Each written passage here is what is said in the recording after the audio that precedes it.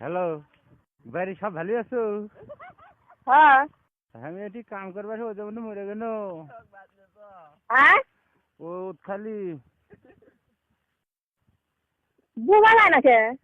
কচি ওদের মধ্যে কাম করেছি মরে গেল আমি। জানছে পোকাকে? পোকা এখন থেমে গেছে। আপনি মানা করছি কি তা শুনিও না। ইয়ে ভেড়া টেরা না ভালো করে দেখিস, আমার পোকা গুলো মরে গেছে।